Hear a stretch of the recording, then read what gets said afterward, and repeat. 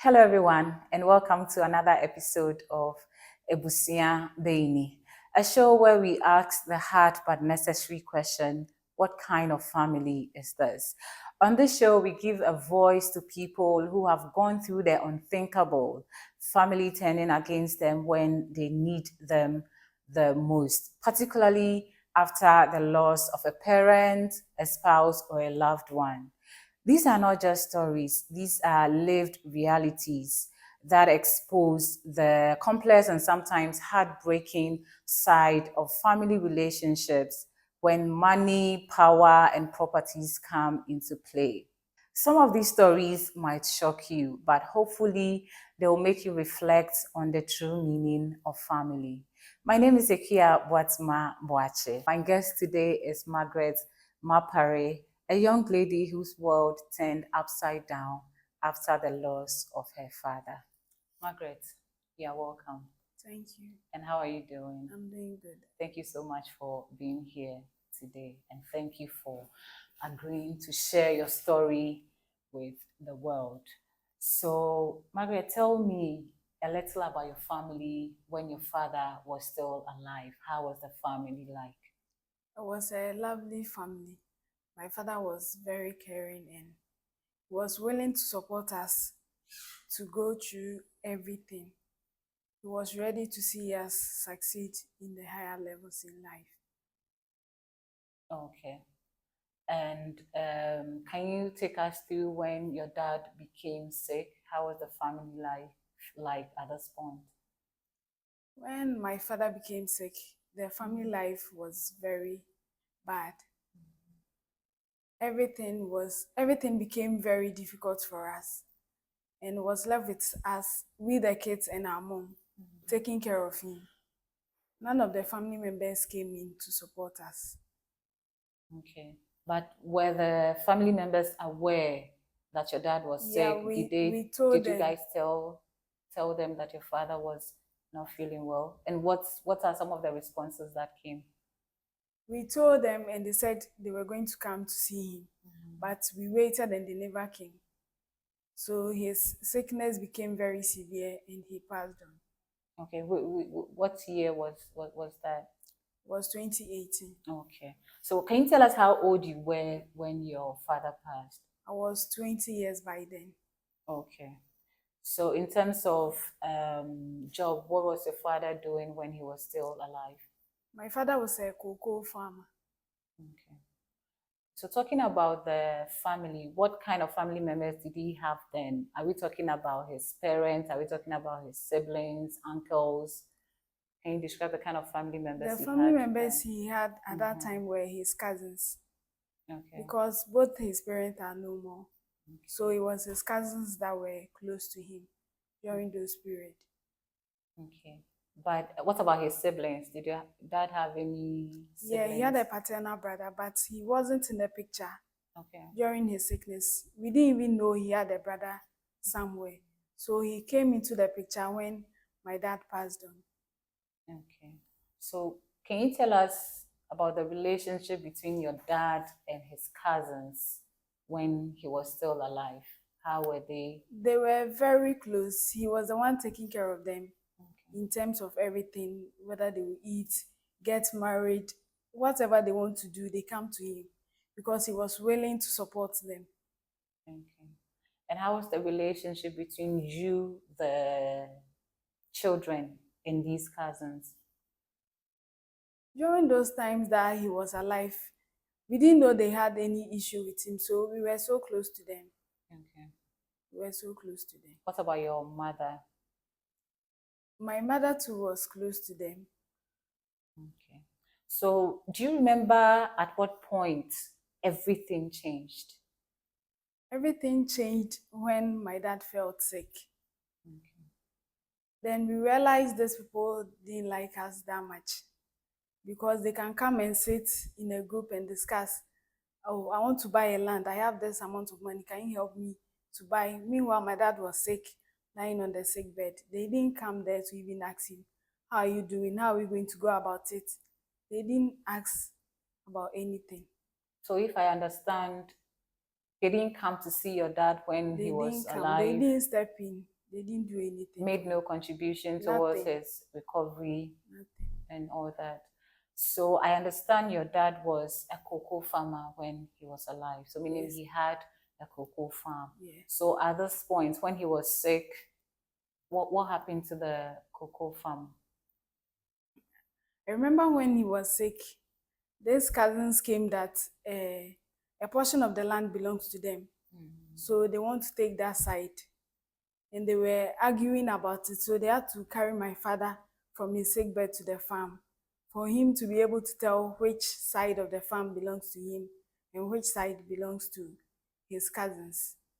But during those periods, his ailments became very severe and then he passed on. So after his burial, the family sat down to discuss what they're going to do about that situation. And so by that situation, you mean the farm? Yeah. Okay. About the farm and the land. So during the discussion, they realized that it was out of jealousy and hatred because my uncle said my father had the biggest portion of the land. Meanwhile, it was my father who got there first and introduced you to their place. So in under every normal circumstance, he's going to get the biggest portion. But I don't know why he said my father had the biggest portion, so he need to take some of that side for himself. And during those time, my father made mention that the farm he's doing is for his wife and children.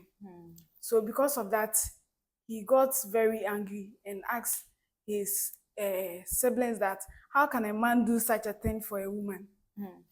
So my father isn't supposed to give that big land to my mom, that big farm to my mom. And that was when the whole argument started. Okay. So was the issue of which part of the land belongs to who resolved before your father passed on? No, it wasn't resolved. But after his burial, they decided to settle that issue. And so they told my mother to give that side to him.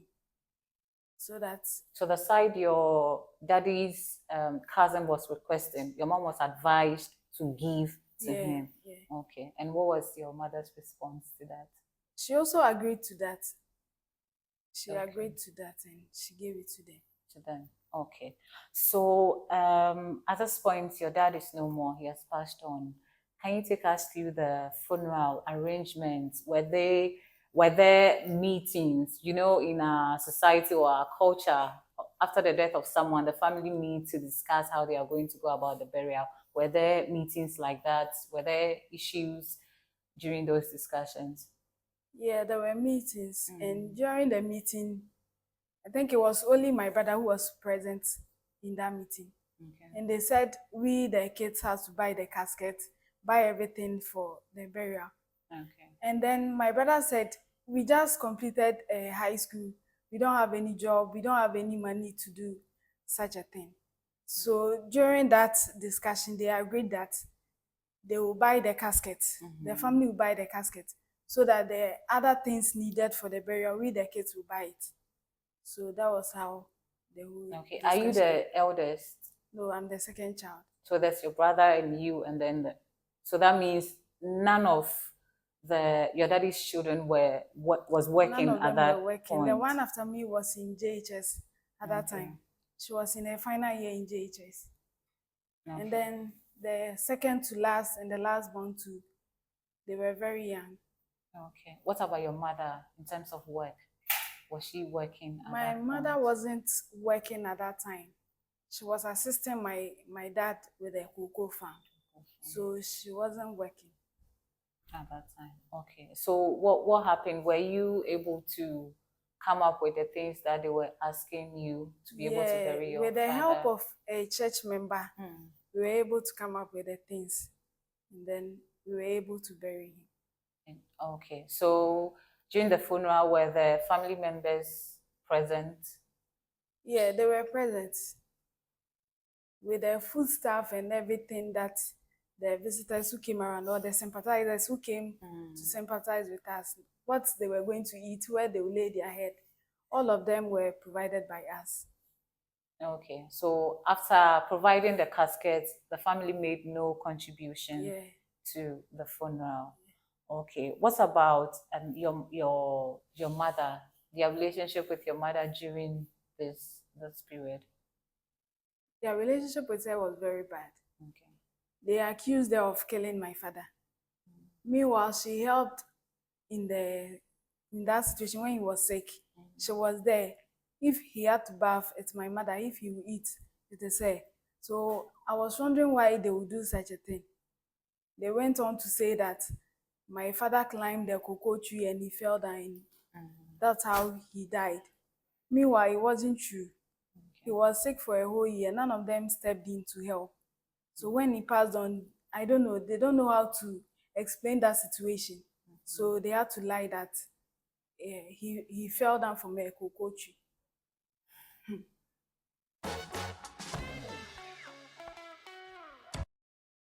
So after the funeral, burying your father and everything, what happened to the cocoa farm he left behind?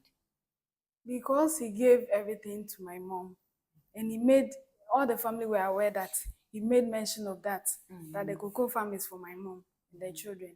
So none of them stepped in to help. They told my mom they will come and help. But during that process, we had a rumor that they planned to leave everything for it to get spoiled. So my mom waited for them for about 3 years and none of them came. So she decided to do it herself. Okay. But after giving them the portion that they requested for or they were fighting for, they left the rest of the land Yeah, and the cocoa one for that your belongs to mother. us, they left it for us. Okay. So in terms of relationship with you, the children, how was it after your dad's passing, after the funeral? How was the relationship It with? was very difficult. Okay. All of us decided to find our way through life because my mom wasn't working at that time and the cocoa farm too wasn't, I don't know how to put it. The cocoa farm was not something that It's you not can ready for harvest. Yeah, harvesting it's at not that ready for period. harvesting. So Okay. we had to find our way through life. What about the family members? Did they in any way help you and your siblings in terms of No, education, in terms of upkeep and everything? they didn't do anything of that sort. None of them came to ask what we are going to do with our life. But did you ask for help from any of the family members? We could see clearly that they were not ready to assist us, so we also didn't ask for help. Any help from them? So did these family members, these cousins of your dad, did you live in the same town or community with them? Yeah, we live in the same community with them. It was my dad who brought them there, so we live in the same community. Oh, okay, so where were they before your dad brought them? They were in Ivory Coast. Okay. So that was where my dad was working earlier before he came to Ghana. So they were there with him. And then when he came to Ghana, he decided to help them so that in case he's in need of help, they can also assist him. So he brought them to Ghana to come and assist him. Okay, so to assist him with the cocoa farm. Yeah, and also get a land for him to also have his own cocoa farm. Okay. That is the cousin. Okay, so even with the land that he was fighting with your dad over, it was your dad who got the land, then gave parts to him, Yeah. and now he was fighting with your dad over your dad's side of the land. Yeah. Okay, okay. So tell me about life after all of these for your mom, for you, and your siblings. How was life like? For my mom, life is very difficult. I always pray for her that may the Lord strengthen her. Because in that community, they've spread rumor that my mom is a bad person. Even if she go to the market, people will just be staring at her as if she has done something wrong. And I think recently she was telling me that she's tired of staying in that particular place. She wants to leave. And at this moment, we also don't have any place staying to assist her to come and stay with us. So I always pray that may the Lord strengthen her and bless us so that we can also be of help to her. Amen. But who are those spreading these rumors? And what are some of the rumors? That is my uncle's, Mm, my father's cousins okay. and the wife. Okay. So what are some of the rumors that they are spreading about your mom? They go about telling people when she buy things, she doesn't pay, she's a thief, a whole lot. So where's your brother now? What is he doing? My brother is in Accra. Okay. He completed a driving school, but right now he doesn't have a car to work with, so he's trying to get one. Okay. What about you yourself? I'm in training, I'm Okay. learning how to sew. So, okay. What about your other siblings, the three others? The one after me is in nursing training right now. Okay. And then the second to last will be going to the training college, hopefully next year. Which is a teachers training Yeah. college. Okay. And Then the the last one is now in JHS2. Okay. Is the last one is still with your mom? Yeah, he's still with Okay. me. Okay. Okay. Okay. So in all of these, how do you see family? When someone says family, what comes to mind? I think family should be mother, father, and the children. It shouldn't include any extended family and all that. It's good to help other family members, but with our situation, I've realized that it's only your wife and your kids that you need to focus more on. If my dad had focused on us, saved a lot on our education, I'm sure we won't be here by this time. Okay. Okay. But what are some of the lessons in life that this situation has taught you? Not to trust anybody. Because what my dad went through, you can clearly see that it was the cousin who was trying to destroy his home. Hmm. But my father trusted him so much that even if you say anything about him, he doesn't want to believe. He said those are his family. So when they get close to him, they can help him when he's in need. And those people turned against him. So that's the biggest lesson I have learned. And you need to stay focused and trust in the Lord. You should always pray and trust in the Lord.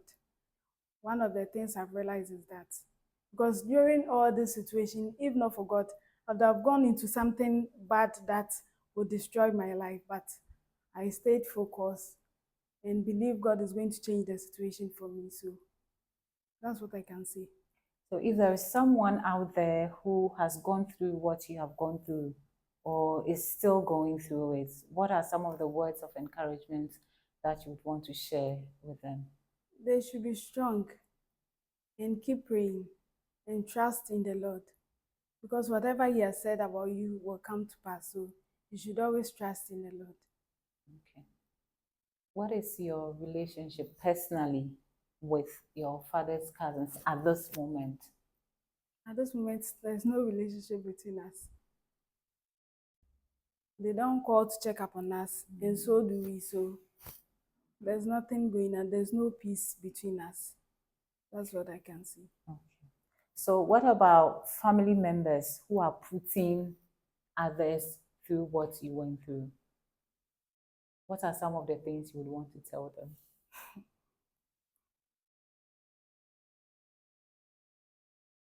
I don't know. This my dad's cousin that I'm talking about. He doesn't even have a child. So I was hoping he will step in and take care of us so that when we get to the higher level, we can also help him when he's in need. But he didn't do any of that. So all I can say is when a family member or your brother or sister is dead, you should step in and help their kids. You don't know. Maybe tomorrow they will come out to come and help you when you're also in need. That's all I can say. Okay. So are there any last words you would want to share with us? But before that, what is the future for Margaret? What do you see? I see you talking with a lot of faith. What is the future for Margaret? I see the future is great. I know God is going to come true for us. So the future is great. Okay. So any last words you would want to share with us? My last word is to the parents out there that in every situation you should make sure you introduce your kids to Christ, because that is one of the things that has helped me in all these things that I was going through. Sometimes I will feel like, God has neglected me. But when I pick my Bible and read and go through it, I know that this man, he's up there looking after me, that he's going to do something for me. So that is all I can say. You should introduce your kids to Christ no matter what. Let them know that there's a God up there. Okay. Let them know that there is a God up there. Thank you very much, Margaret, for sharing your story with us. And we hope you go on to achieve great and mighty things. And you continue to use your story to inspire and encourage others who have gone through it. Thank you so much for coming on the show today. You're welcome. Okay. So that was the story of our guest today, Margaret. A story of betrayal and disappointment from the people who should have been her support system after the death of her father. But in all of these, she says she finds strength in the Lord. Thank you for watching today's episode. And please like, subscribe to our channel, and continue to share our videos. Thank you for watching.